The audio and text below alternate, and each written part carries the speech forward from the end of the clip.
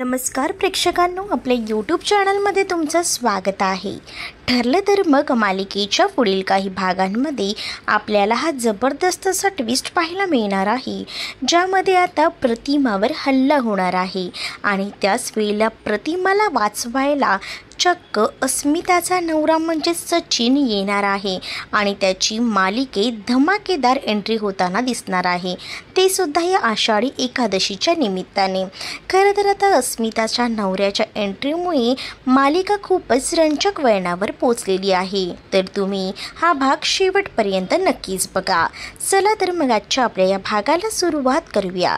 खरं तर आता आपल्या प्रतिमाची तब्येत खूप छान सुधारलेली असते, म्हणून पूर्णाची देवाचे आभार मानत असतात आणि देवाला सांगत असतात की आज तुझ्या कृपेने प्रतिमा इतकी बरी झालेली आहे। आता फक्त प्रतिमाला सगळं आठवलं ना की झालं, फक्त प्रतिमाची स्मृती परत यायला हवी असंच मला वाटतं, असं ती देवाला हात जोडून बोलत असतानाच कल्पना तिथे आलेली असते आणि कल्पना जी आहे ती पूर्णाजीला धीर देत सांगत असते की तुम्ही काळजी करू नका, आपली प्रतिमा पूर्ण बरी होणार आहे लवकरच। कारण तुम्हाला तर माहितीच आहे की डॉक्टर श्रद्धा यांनी आपल्याला सांगितलं आहे की प्रतिमामध्ये बरेच बदल जे आहेत ते पूर्वीपेक्षा चांगले झालेले आहेत आणि त्यामुळेच आता आपली प्रतिमा लवकरच सगळं आठवेल, त्यामुळे तुम्ही काळजी करू नका असं देखील कल्पनाने आता पूर्णाजीला सांगितलेलं असतं। त्यामुळे पूर्णाजी सुद्धा पुन्हा एकदा देवासमोर हात जोडून बसलेलीच असते। इकडे आता प्रतापला खूप मोठ्या फंक्शनचं इन्व्हिटेशन आलेलं असतं आणि तिथे सगळे बिझनेसमॅन एकत्र येणार असतात आणि याबद्दलच आता प्रताप सांगू लागतात आणि प्रताप म्हणत असतात की या सगळ्यामध्ये आपल्या फॅमिली मेंबर्सना सुद्धा इन्व्हाइट केलेला आहे, त्यामुळे हा फंक्शन जो आहे तो खूप मोठा होणार आहे, सो आपण सुद्धा या फंक्शनमध्ये सगळेजण जायला हवं असं देखील ते म्हणत असतात। तर तोच मेसेज साक्षीला सुद्धा आलेला असतो आणि साक्षी जी असते ती सुद्धा आता महिपतला सांगत असते की अण्णा आपल्याला एक मोठं इन्व्हिटेशन आलेलं आहे पनवेलमध्ये, खरं तर एक मोठं फंक्शन आहे आणि त्यासाठी आपल्याला तिकडे इन्व्हाइट केलेलं आहे, तर आपल्याला त्या फंक्शनला जावं लागणार आहे कारण तिथे खूप मोठमोठे बिझनेसमॅनसुद्धा येणार आहेत। सो एवढं मोठ्या बिझनेस एम्प्लॉईजमध्ये आपण तिथे जाणार तर आपल्यालासुद्धा यामध्ये नक्कीच काहीतरी फायदा होईल, त्यामुळे आपण ह्या फंक्शनला जायला हवं असं ती अण्णांनाच म्हणजे महिपतला सांगत असते आणि ज्या वेळेला ती महिपतला यावर सांगत असते तर महिपत या गोष्टीचा विचार करत असतो। तर इकडे पूर्णाजी ज्या असतात त्यासुद्धा प्रतापला याबद्दल विचारत असतात आणि म्हणू लागतात की कोणाकोणाला या सगळ्याचं इन्व्हिटेशन दिलेलं आहे, काही कळलेलं आहे का? आणि त्याच वेळेला आता ते म्हणू लागतात की या फंक्शनसाठी खरं तर आता त्या महिपत शिकरेला सुद्धा बोलवलेलं आहे। महिपतचं नाव ऐकताच आता प्रिया तर पाहतच राहते आणि त्यानंतर आता प्रिया म्हणत असते की म्हणजे आता हा महिपतसुद्धा त्या फंक्शनला येणार, म्हणजेच काहीतरी नक्कीच मोठं असणार आहे असाच आता प्रिया विचार करत असते। तर इकडे आता त्या महिपतचं नाव ऐकून कॅन्सल करायला निघालेले फंक्शनला जायला तर आता प्रतापांना जी सायली असते ती समजवते आणि सायली प्रताप यांना सांगू लागते की बाबा तो महिपत येणार आहे, तर मग काय झालं, तुम्ही काळजी करू नका, मी आणि अर्जुनसुद्धा तुमच्याबरोबर येतो, म्हणजे तो महिपत जो आहे तो तुमचं काही देखील वाईट करू शकणार नाही, तुम्ही काळजीच करू नका असं बोलून आता ती समजावू लागते। आणि ज्या वेळेला ती हे सगळं काही समजावत असते त्यावेळेला आता सायलीकडे अर्जुन एकटक पाहत असतो, कारण ज्या वेळेला आता अर्जुन सायलीकडे पाहत असतो आणि त्याच्या डोक्यामध्ये युक्ती येत असते की काही झालं तरी सुद्धा या फंक्शनच्या निमित्ताने का होईना आपण जे आहे ते तिथे न जाता आपण या महिपत आणि साक्षीच्या घरी जायचं आणि तिकडे धाड टाकायची, तिकडे धाड टाकल्यामुळे आपल्याला जे हवं आहे ते तर साध्य होणार आहे असं देखील आता ते म्हणू लागतात। आणि ज्या वेळेला हे सगळं बोलणं त्यांचं चाललेलं असतं त्यावर आता सायली म्हणत असते पण आपण हे घरी सांगायला नको की आपण आपण घेणार नाही आहे. आपण जर असं काहीसं घरी सांगितलं ना तर नक्कीच आहे ना आपल्यावर नजर ठेवायला ती प्रिया आहेच, कारण का प्रियाला त्या दिवशीसुद्धा डाऊट आला होता. त्यामुळे आपण ना सगळ्यांना असं सांगूया की आम्ही येतच आहोत, पण ऐन वेळेला आपण तिथे जायचं नाही, तर आपण त्या साक्षी आणि महिपतच्या त्या बंगल्यावर जाऊन त्या लॉकेटचा शोध घ्यायचा, असंच त्यांचं आता पूर्णपणे बोलणं ठरलेलं असतं. त्यामुळे आता सायली म्हणत असते की हो आपण तसंच करायचं. आणि आता पुढे त्यांचं प्लॅनिंग हे सुद्धा होतं की सगळीच जण डायनिंग टेबलवर बसलेली असतात. आता त्यांचं प्लॅनिंग सुरू असतं की आपल्याला जायचं आहे त्या प्रोग्रामसाठी. त्याच वेळेला महिपतला आता अर्जुन सायली सांगू लागतात की बाबा तुम्ही जोपर्यंत पुढे व्हा आम्ही मागून येऊच. आणि त्यावेळेला प्रियाला कुठेतरी डाऊट आलेला असतो, पण प्रियाचा हा डावसुद्धा ती लोक तिथेच हे करतात, कारण त्यांना माहिती असतं की प्रिया जी आहे ती नक्कीच त्यांच्यावर संशय घेणार आहे. म्हणूनच त्यांनी सांगितलेलं असतं की आम्ही लवकरच येऊ, फक्त थोडे काम आहे ते केलं की आम्ही येतो. तर इकडे आता त्याच फंक्शनला रविराज प्रतिमासुद्धा आता जात असतात, कारण त्यांनासुद्धा त्या फंक्शनसाठी इन्व्हिटेशन असतं आणि त्यामुळेच आता ते सुद्धा त्या फंक्शनला आता गेलेले असतात. आणि त्याच वेळेला आता तिथे सगळीजण एकदम गेलेली असताना खूप मोठ्या आता सत्याचा उलगडा होणार आहे. म्हणजेच आता मालिकेत खूप मोठा ट्विस्ट येणार आहे, कारण प्रतिमा आणि महिपत हे दोघंही जण तिथे समोरासमोर बसलेलेच असतात. त्यामुळे आता जेव्हा त्या फंक्शनला एकत्र सगळीजणं बसलेली असतात तेव्हा सारखं प्रतिमाचं लक्ष समोर असलेल्या त्या महिपतकडे असतं. त्यामुळे तिला काहीसं वाटत असतं की हा जो महिपत आहे तोच आपल्याला मारणारा माणूस होता. तिला असं अदृश्य आठवू लागतं आणि त्यामुळेच ती तिथे टेबलवर असलेलं लगेच पाणी पिते. तर रविराज देखील तिला विचारतात की काय झालं आहे, तुला काही आठवतंय का?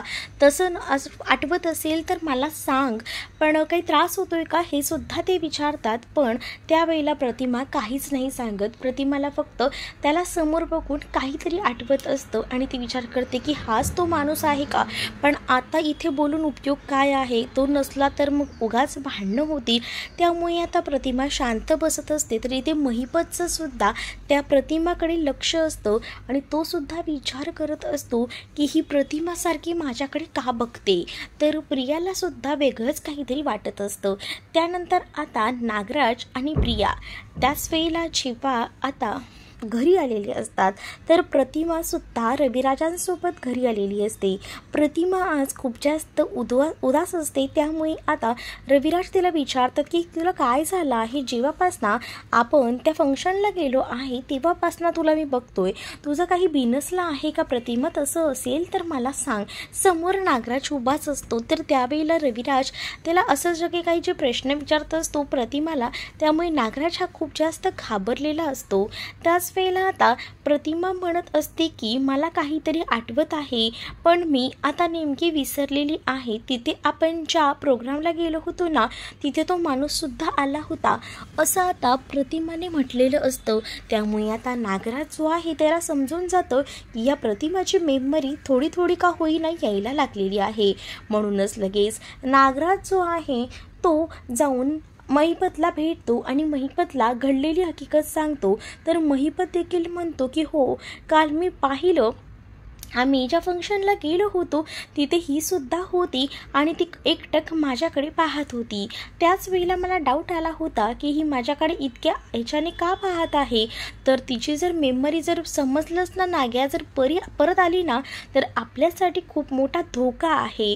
तूच काय मी पण जाईन 12च्या भावामध्ये, एवढं लक्षात ठेव. आणि ती प्रिया जी आहे ना चिचुंद्री ती पण 12च्या भावात जाईल. हिला सगळं काही आठवायला लागलं तर आता काही झालं ना तर या प्रतिमाला आपल्याला संपवावंच लागणार आहे, असं ह्यांचं प्लॅनिंग सुरू असतं. तर ते लगेचच प्रियाला कॉल करतात. प्रियाला कॉल करून सांगू लागतात की आपल्याला आता त्या प्रतिमाला संपवायचं आहे आणि त्यासाठी तूच हे काम करायचं आहे. आणि जेव्हा नागराज प्रियाला फोनवर हे सगळं काही बोलतो तेव्हा प्रियाला हे सगळं ऐकून धक्का बसतो. प्रिया म्हणत असते की आता मला काय तुम्ही मर्डर वगैरे त्या प्रतिमाचं करायला लावताय का? मी हे सगळं काही करणार नाही. मी आधीच सांगते, आधीच एवढ्या मोठ्या संकटात मी अडकलेली आहे आणि आता हे मर्डर वगैरे नाही नाही मला जमणार नाही असं आता प्रिया म्हणत असते. त्यावर नागराज तिला ओरडतो आणि म्हणत असतो की मूर्ख मुली, मी काय बोलतोय ते तरी आधी नीट ऐकून घे. मी तुला काय म्हणतोय, मर्डर करायला नाही सांगते, पण प्रतिमाचा जीव घ्यायचा असेल तर तूच काहीतरी करू शकतेस. तर इकडे आता आषाढी एकादशीची पूजा असते, त्याचमुळे घरात खूप जास्त आनंदाचं वातावरण असतं. त्याच आषाढी एकादशीच्या पूजेला आता रविराज त्याचसोबत प्रतिमा आणि सगळ्यांनाच बोलवलेलं असतं, इन्व्हिटेशन दिलेलं असतं. इकडे सायलीने खूप छान तयारी केलेली असते. आता प्रियाला त्या महिपतचा प्लॅन जो काही आखलेला असतो तो सक्सेस करायचा असतो. म्हणजेच प्रतिमाला आज या आषाढी एकादशीच्या दिवशी संपवायचं असं हे पूर्ण प्लॅनिंग जे आहे ते प्रियाने केलेलं असतं. आणि त्यामुळे प्रिया तयार झालेली असते. ती खरं तर आता रविराजांच्या घरी गेलेली असते, कारण का तिला प्रतिमाला घेऊन यायचं असतं. खरं तर रविराजांना आज एक महत्त्वाचं काम असतं, त्यामुळे त्यांना सुभेदारांच्या घरी यायला मिळत नसतं. परंतु प्रतिमाला जायचं असतं, म्हणून स्वतः प्रिया जी आहे ती आता प्रतिमाला घ्यायला गेलेली असते. कारण प्रतिमाचा काटा हा प्रियाला काढायचा असतो बाहेरच्या बाहेर, म्हणूनच ती आता तिला घ्यायला गेलेली असते. इकडे इन्स्ट्रक्शन गुंडांना पूर्णपणे द्यायचं काम हा नागराज आणि महिपत करत असतो. आणि ते सांगत असतात की काही झालं तरी आज त्या प्रतिमाला जिवंत सोडायचं नाही, त्या प्रतिमाला मारून टाकायचं. आज तिचा शेवट झाला पाहिजे. ती संपली ना तर आपण या सगळ्यातून संपू, म्हणजे सगळ्या संकटातून वाचू, हे तर फिक्स आहे असं देखील महिपत आणि नागराज हसून हसून बोलत असतात. तर इकडे आता प्रिया जी असते तिने आता सुभेदारांच्या घरी जायची तयारी केलेली असते आणि सोबत प्रतिमाला सुद्धा घेतलेलं असतं. आता दोघेही जणी घरातनं निघतात आणि त्याच वेळेला आता प्रतिमा आणि मुद्दामून प्रिया या दोघीही रस्त्यावरून चालत असतात. प्रतिमापासून प्रिया मुद्दामून लांब राहण्याचा प्रयत्न करत असते, कारण ते गुंड कधीही येऊन प्रतिमावर हल्ला करतील, पण या सगळ्यामध्ये मी अडकायला नको असंच तिला वाटत असतं. आणि म्हणूनच रस्त्यावरून जात असताना ती प्रतिमाला सांगत असते की आई, मी इथेच आहे, तू चालत राहा, मला ना या ड्रेसमुळे व्यवस्थित चालता येत नाही असं काहीसं कारण ती आता देत असते. त्याच वेळेला तिने नागराजला कॉल केलेला असतो आणि नागराजला कॉल करून ती सांगू लागते की आम्ही घराबाहेर पडलेलो आहोत, त्यामुळे आपला प्लॅन आज काही झालं तरी सक्सेस झाला पाहिजे. या प्रतिमाचा जीव संपवा आणि मला सुखरूपपणे शांततेत जगू द्या, पण या सगळ्यामध्ये माझं नाव यायला नको एवढं मात्र करा असं देखील तिने सांगितलेलं असतं.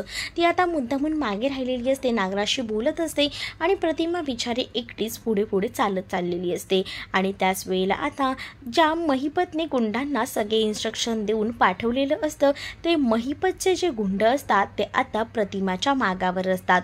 प्रतिमा कुठे कुठे जाते याकडेच त्यांचं लक्ष असतं.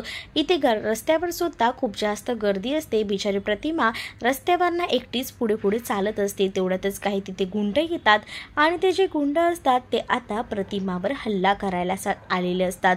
त्याच वेळेला प्रतिमा त्यांच्या हातात तो सुरा काढून घ्यायचा प्रयत्न करत असते, पण यावेळेला प्रतिमा एकटी असते आणि तिच्या बाजूला ते गुंड चारही बाजूने असतात. त्यामुळे प्रतिमा खूप जास्त घाबरलेली असते. आणि त्यानंतर आता इकडे जी प्रिया असते ती आता घरी आलेली असते आणि प्रिया घरी आल्यानंतर तिच्यासोबत प्रतिमा नसते, म्हणून सायली विचारते की प्रतिमा आत्या कुठे आहे, तू त्यांना आणायला गेली होतीस ना, मग त्या कुठे राहिल्या.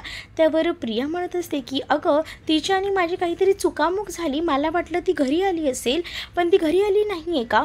तर सायली म्हणते अगं तू मूर्ख आहेस का, त्यांना रस्त्यावर एकट्यानं सोडलेस आणि तू एकटे निघून आलेस, तुला जरा देखील लाज वाटत नाही का. एक थड आईला घेऊन यायचं होतं ते काम सुद्धा तुला नीट करता येत नाही का. मग काय ग म्हणतेस तू आई आई करून, ती माझी आई आहे, जर आईची काळजी घेताच येत नाही तर एवढं मोठं कर्तव्य तरी निभवायचं कशाला गेलीस आणायला. जर नव्हतं निभवायचं होतं तर मला सांगायचं होतं, मी प्रतिमा आत्याला आणायला गेली असती. आता सायली तिच्यावर खूप जास्त भडकलेली असते, म्हणून प्रिया देखील तिच्यावर चरचर वाजू लागते आणि म्हणत असते मला काय सांगू नको, येईल ती प्रतिमा तिचं ती असं ती म्हणून तो विषय बदली करते. पण ते बिचाऱ्या प्रतिमावर खूप मोठा हाता हल्ला होत असतो. बिचाऱ्या प्रतिमाला वाचवण्यासाठी कोणीसुद्धा नसतं. ते गुंड जे असतात ते मात्र आता प्रतिमाच्या पोटामध्ये सुराज खुपसणार असतात आणि त्याच वेळेला प्रतिमा जोरात ओरडत असते की कोणीतरी मला वाचवा, कोणीतरी वाचवा. आणि तेवढ्यातच एक एंट्री झालेली असते, ती म्हणजे सचिनची. सचिन जो असतो तो अस्मिताचा नवरा. अस्मिताची नवऱ्याची एंट्री आता या मालिकेत झालेली असते आणि ऐन ऐन वेळेला तो प्रतिमाचा जीव वाचवायला तिथे आलेला असतो। त्या गुंडांना तो बेदम मारतो आणि त्या गुंडांना म्हणत असतो की तुमची हिंमत कशी झाली एका बाईला हात लावायची, तुम्ही तिच्या जीवावर उठलात का? आणि त्याच वेळेला आता ते गुंडसुद्धा त्यांची चोरी पकडली गेली आहे, आता नक्कीच त्यांना पोलिसात देणार हे सुद्धा आता त्यांनी सांगितलेलं असतं। म्हणूनच ते गुंड जे आहे ते तिथून पळून जातात। ज्या वेळेला ते गुंड तिकडनं पळून जातात तेव्हा अस्मिताचा नवरा सचिन प्रतिमा आत्याकडे जातो आणि तुम्हाला काही लागलं तर नाही ना असं विचारतो। प्रतिमा आत्या त्याचे आभार मानू लागते आणि म्हणत असते की अगदी देवासारखे तुम्ही धावून आलात, पण ही माणसं कोण होती मला खरंच माहीत नाही आहेत। पण त्यावेळेला तिला तिथे उभे असलेला महिपतसुद्धा दिसत असतो, कारण महिपतने हा प्लॅन एक्झिक्यूट करायला सांगितलेला असतो, म्हणून तो सुद्धा स्वतः तिथे असतो, कारण का तिला पाहायचं असतं की हा जो मर्डर आहे तो व्यवस्थित होतोय का। आणि त्यामुळेच आता महिपतला तिने पाहिलं असल्यामुळे ती म्हणत असते की तो जो माणूस आहे ना त्याने माझ्यावर आधीसुद्धा हल्ला करायचा प्रयत्न केला होता आणि आतासुद्धा। त्यानंतर आता प्रतिमाला जो अस्मिताचा नवरा असतो तो ओळखत असतो, कारण प्रतिमाचा फोटो जो आहे तो अस्मिताने आधी सचिनला दाखवलेला होता। त्यामुळे आता सचिन जो आहे तो म्हणत असतो की तुम्ही प्रतिमा आत्याच आहात ना? तर प्रतिमा म्हणत असते की माफ करा पण मी तुम्हाला ओळखलं नाही। त्याच वेळेला प्रतिमाला तो सांगू लागतो की अस्मिताने मला तुमचा फोटो दाखवला होता, तुम्ही प्रतिमा आत्या आहात, मला माहिती आहे, मी अस्मिताचा नवरा सचिन। आता सचिनने ओळख दाखवल्यामुळे आता प्रतिमासुद्धा खूप जास्त खुश झालेली असते। आता सगळीजण सुभेदारांच्या घरात एकत्र बसलेली असतानाच तेव्हाच प्रतिमाला घेऊन आता तिथे सचिन आलेला असतो। सचिनला अचानक दारावर आलेलं पाहून सुभेदारांना मोठाच प्रश्न पडतो की हा इथे कसा आणि प्रतिमासोबत कसा। त्याच वेळेला पूर्णाची म्हणत असते काय झालंय ग प्रतिमे, इतकी का घाबरलेली आहेस? त्याच वेळेला आता सचिनला पाहून अस्मितासुद्धा खुश झालेली असते।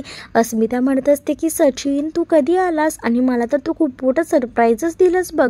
आणि त्याच वेळेला आता प्रतिमा आणि त्याचसोबत सचिनला एकत्र बघून सगळ्यांनाच प्रश्न पडलेला असतो की नेमके ही दोघं एकत्र कसे आले। त्याच वेळेला प्रतिमा जेव्हा तिथे येते तेव्हा आता सगळी घडलेली हकीकत सांगू लागते आणि म्हणत असते की माझ्यावर हल्ला करायचा प्रयत्न झाला होता, ऐन वेळेला देवासारखे हे धावून आले म्हणून माझा जीव वाचलाय, नाहीतर आज मी तुम्हा कोणामध्येच नसली असती। पूर्णाची आता प्रतिमाला बोलत असते की हे सगळं तू काय बोलतेस, असं अभद्र बोलू नकोस।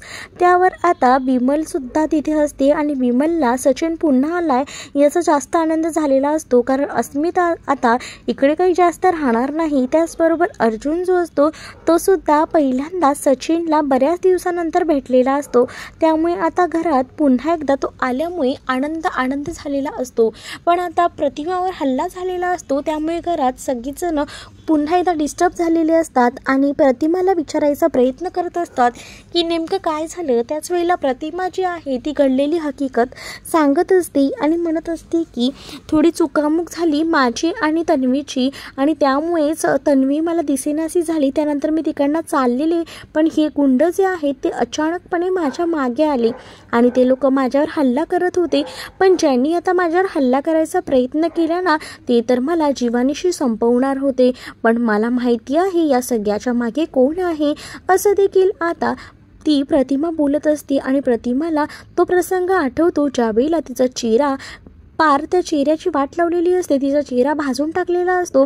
हे सगळं काही आता तिथे प्रतिमाला आठवत असतं आणि म्हणूनच प्रतिमा म्हणत असते की माझ्या ह्या चेहऱ्याची वाट लावणारा दुसरा तिसरा कोणीच नाही, तो आजचाच, आज ज्याने हल्ला केला ना तोच माणूस आहे आणि मी त्याला पाहिला आहे आणि तोच माणूस आपण जिथे फंक्शनला गेलो होतो ना तिथे सुद्धा आला होता। हे देखील आता इकडे प्रतिमा बोलत असते। प्रतिमाचं हे वक्तव्य ऐकून इकडे मात्र प्रिया याला खूप मोठा धक्का बसलेला असतो, कारण आता तो तर त्यांचा प्लॅन सक्सेस झालेला नसतो, तिला जीवानीशी मारायचा, पण आता त्या सगळ्या प्रकरणामुळे तिला बऱ्याच गोष्टी जुन्या आठवू लागलेल्या असतात। म्हणजेच तिच्यावर पहिल्यांदा हल्ला महिपतनेच केला होता आणि आतासुद्धा हल्ला करायचा प्रयत्न महिपतच करत आहे हे तिला स्पष्टपणे दिसत असतं, पण त्या व्यक्तीचं नाव माहिती नसल्यामुळे ती त्या व्यक्तीचं नाव घेऊ शकत नसते। पण ती जर व्यक्ती तिच्या समोर आणून उभी केली ना तर ती नक्कीच त्या व्यक्तीचं नाव गाव सगळं काही सांगून हाच दोषी आहे हे सुद्धा सांगू शकत असते. इतकी ती आता हुशार झालेली असते, इतकं सगळं काही तिला आता आठवू लागलेलं असतं. त्यामुळे आता या सगळ्या प्रकरणामुळे प्रिया, नागराज आणि महिपत प्रचंड घाबरलेले असतात. मात्र आता या सगळ्यामध्ये सचिनची एंट्री झालेली असते. मालिकेत आता बरेच नवनवीन ट्विस्ट येणार आहेत आणि तुम्ही आपल्या चॅनलशी कनेक्टेड राहा. आपल्या चॅनलवर पुढले नवनवीन ट्विस्ट येतच राहणार आहेत. तुम्हाला हा भाग आवडला असेल तर नक्कीच आपल्या चॅनलला सबस्क्राईब करा. चला तर मग पुढच्या भागात भेटतच राहू. तोपर्यंत टाटा, बाय.